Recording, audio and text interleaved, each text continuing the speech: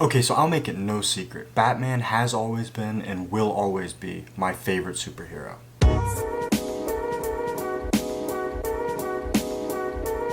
I remember growing up having the Batman movie on VHS. You know, the one with Adam West and the shark repellent spray.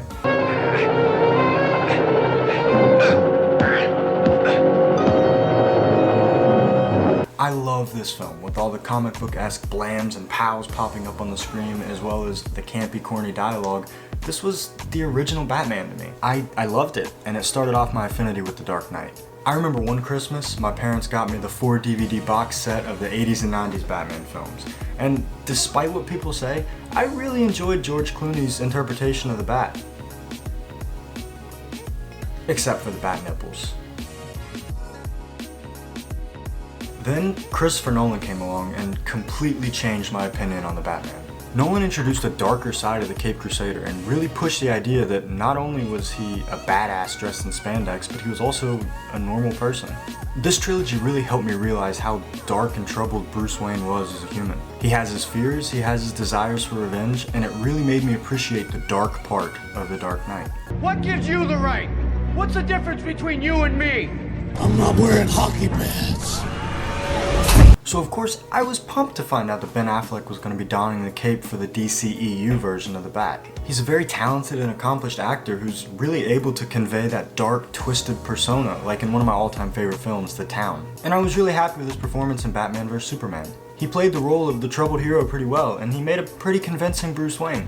However, we next got Justice League.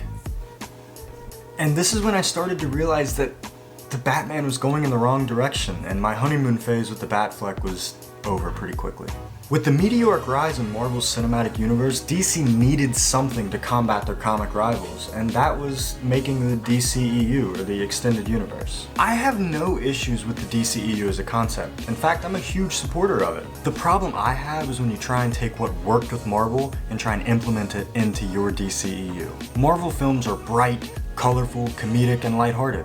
Their characters remind me of, the campy, corny Adam West Batman of the 60s. And it works for them. However, along with the 2017 release of Justice League and the departure of Zack Snyder, the DCEU took a major downfall that I was pretty disappointed to see. The film took what I loved about the Nolan trilogy and completely stripped it away from The Dark Knight. Batman was given one-liners, his suit was brightened in color, and he kind of lost that mystifying air that made him what he really was. And that really upset me. Batman is a detective, the greatest detective in the world, in fact, motivated by revenge to put his fear and his vengeance into the scum of Gotham City. He really was the Dark Knight. So being a huge Batman fan, I was really excited when I found out that Matt Reeves was taking the helm for the Batman film. However, I was pretty bummed when I found out that Robert Pattinson was going to be playing the Batman. The casting choice really freaked me out. Was Batman really going to be cast as a sparkling vampire from the Twilight series? Am I going to lose everything that I loved about the Bat? Well, I decided to put my bias aside and watch some of Robert Pattinson's other films, and I gotta say, he's a damn good actor. Then I saw the trailer for the Batman. The hell are you supposed to be?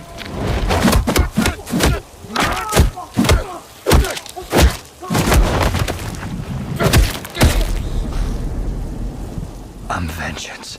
It's dark, it's violent, it's haunting, it's everything I wanted to see in a Batman film and more. I want to see Bruce's pain translate into the Bat.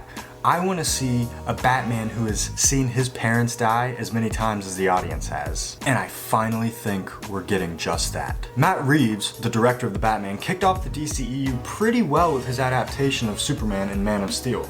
And I couldn't be more excited to see his take on the Batman. While I know it's just a trailer, it tells me just enough to know that this is exactly the kind of Batman I've been waiting for since I was a young sprout. The film shows a young Batman, still deeply haunted by the death of his parents. And he's trying to figure out his role as a superhero in Gotham City. The Batman is going to put Batman back at what he does best. He's a detective, a lone ranger, and a vengeful vigilante. And Bruce is a troubled young man who's really struggling to cope with the grief that he feels inside of him. All of this is going to culminate into what I feel will be the darkest and most intense Batman movie that we have ever seen. Another reason I'm hugely excited for this film is Paul Dano as the Riddler. In the trailer, we see a serial killer obsessed with duct taping his victims' heads and trying trying to find out the truth about Gotham City and Gotham's elite. I know it's just a trailer, and I know I shouldn't get too excited about this casting, but Paul Dano as a maniacal serial killer, I think he's going to be great. Matt Reeves' take on the Riddler seems like a perfect role for the young Dano. Dano's role in There Will Be Blood, 12 Years a Slave, and Prisoners really show off the actor's They